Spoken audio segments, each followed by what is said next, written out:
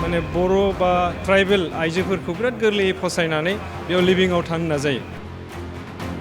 बर' हारिनि गथ'फोरा गुवाहाटि बायदियाव फरायनो फैनानै खामानि मावनो फैनानै गोबां जाल्लायाव गोग्लैनाय नुनो मोनो आरो बे नोंथांमोननि सेरजों आं मोनसे खावलायनो सानखाबाय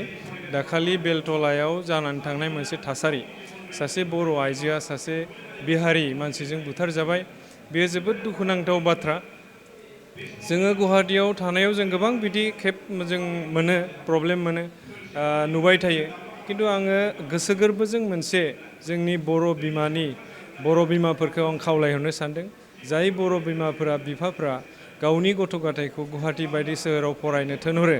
बा खामानियाव थिनहरो अब्ला गुवाहाटियाव थानाय माखासे एक्जिस्टिं अर्गेनाइजेसन बर' अर्गेनाइजेसनफोरखौ जाहाथे मोनथिहोयो जे आंनि गथ'आ गुवाहाटियाव दङयो नोंथांमोना एसे खबर ला नाय बेफोरबायदि जुदि बुङोब्ला जों एडभान्सलि जों बिथांमोनखौ लोगो हमनानै जों सहाय सुजुग खालामनो हागोन आरो दानि बे गुवाहाटि बायदि जिल्लायाव गोबां गाज्रि मानसिफोर दङ बिहारिफोराथ' बिसेसकरि जोंनि माने बिसोरो माने बर' बा ट्राइबेल आइजोफोरखौ बिराद गोरलैयै फसायनानै बेयाव लिभिंआव थानो नाजायो। ओजोंहाय बिसोरो हाबा खालामनानै फैखायो किन्तु बेयाव थानानै लिभिंआव थानानै इन्जयमेन्ट खालामनानै एसे ओंखाम एसे दै एसे थाखा फैसा होनानै फासायनानै बिराद गाज्रियाव खोख्लैनानै बेफोरबायदि खालामो। बेखायनो आङो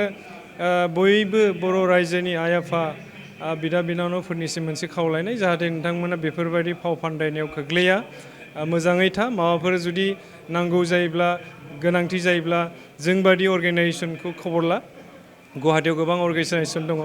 इउनाइटेड बड' पिपल फेडारेसन दङ आबसु दङ आबोब दङ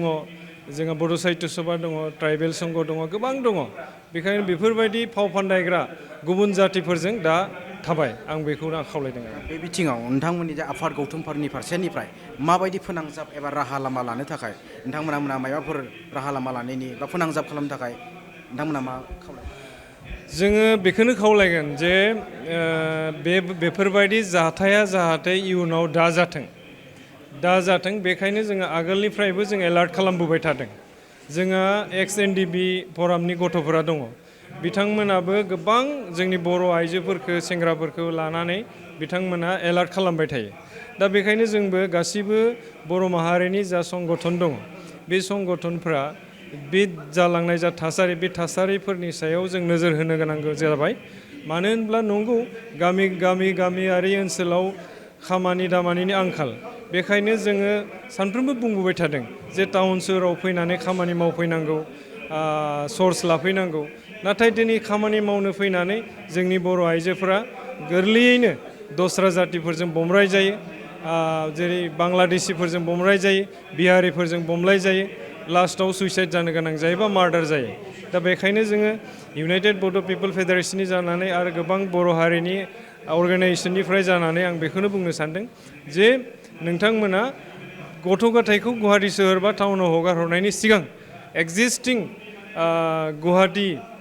सोहोरनि बर' अर्गेनाइजेसनफोरखौ एसे जानायहर आरो हायोब्ला नोंथांमोना जोंखौ डाइरेक्ट जोङो खावलायहरनो हायो बेखौनो आङो बुंनो सानदोंमोन।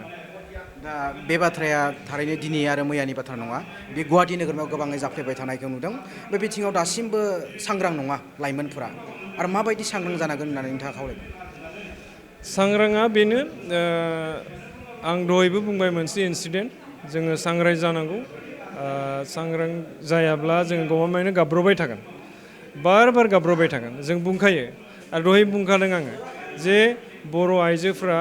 जोबोद गोरलै बिथांमोननि गोसोआ बिराद गोरलै बिसोर बुजिया गामिनिफ्राय फैनाय बेवहाय रमक जमक सोहोराव फैनानै थाखा फैसानि आंखाल जायोब्ला सोरबा सासे एसे हेल्प खालामोब्ला बेजोंनो बिसोर थांफाबायनो नागिरो। बेखायनो जोंनि बिमा बिफाफोराबो गथ' गथायखौ टाउन सोहोराव हगार हरनायनि सिगां जुदि थाखा फैसा हायोब्लासो हरनांगौ नङाब्ला अभाब जायोब्ला गुबुन लामाजों थांनायखौ जों नुनो मोनो। बेखायनो बे बिहोमायाव जों अर्गेनाइजेसनफोरा जों राहा लामा लानांगोन आरो मोनफ्रोमबो अर्गेनाइजेसनफ्रा जयै बे खोथाखौ सावरायनांगोन आरो बिमा बिफाफोराबो एलार्ट जानानै जोंखौ खबर लानांगौ। जों बेखौ फैबाय थानाय समाव नोंथांमोना माबायदि गोख्रों बिफाव लागोन होननानै नोंथांमोना थांखि लादों नामा? जोङो थांखि लादों जों थांखिया बेनो जे जाहाथे इयुनाव बेफोरबायदि बर' गथ'फोरा गुवाहाटि सोहोराव फैनानै प्रब्लेमाव गोग्लैया बेखायनो जोङो मोनफ्रोमबो थासारिखौ जोङो नायगिदिंगोन आरो मोनफ्रोमबो एरियायाव जोङो पुलिस प्रखाखनानो जा माबायानो जा जोङो बिथांमोननाव जों खबर लादों आरो जोङो एलार्ट खालामखाबाय दाखालि आङो माने बे हाथिगाव थानायाव जेराव बे जा इन्सिडेन्टआ जादों बे इन्सिडेन्टआव थांनानै बै बर' गथ' आइजोनि सायाव मार्डार जाबाय जिहेतु बुथार जाबाय बेनि सायाव बे आसामिखौ मा केस होदों आङो ट्राइबेलनि मोनसे एक्ट एट्रसिटि एक्ट बे एक्टखौबो दाजाबनांगौ होननानै आङो अ सि बिथांमोनखौ खावलायहरदों आरो बिथांमोना निस्सय खालामगोन होननानै खोथा होदों बेखायनो आङो एलार्ट खालामदों जोंनि ट्राइबेल बा बर' गथ'फोरा गिनांगौ गैया जोंहा मोनसे स्पेसियेल एक्ट दङ जोंनि मोनसे रक्सा कबच दङ बेनो जाबाय एट्रसिटि एक्ट 1989 बे एक्टआव सोरबाफोर ट्राइबेल नङै मानसिफ्रा जोंखौ जुदि मेगन खेराय नायदोंब्ला जोंखौ जुदि रायदोंब्ला जोंखौ जुदि बुदोंब्ला जोंखौ जुदि जिनाहारि खालामदोंब्ला जों बे एक्टआव खोख्लैयोब्ला बेयो मोनसे ट्राइबेलनि स्पेसियेल एक्ट बे एक्टनि आन्डाराव बे आसामिखौ ट्रायल माने फास्ट ट्रेकआव ट्रायल खालामनानै बेखौ जोबथेसालियाव हरनो हायो बिब्दि आरो दा बेफोरबायदि जों राहा लामा जों होगोन बेखायनो बयबो बिमा बिफाफोरखौ खावलायखाबाय जाहाथे गथ' गथायखौ हगारनायनि सिगां एक्जिस्टिं बर' अर्गेनाइजेसनफोरजों सावरायनानै जोंखौ मोन्थिहोनाया दरकार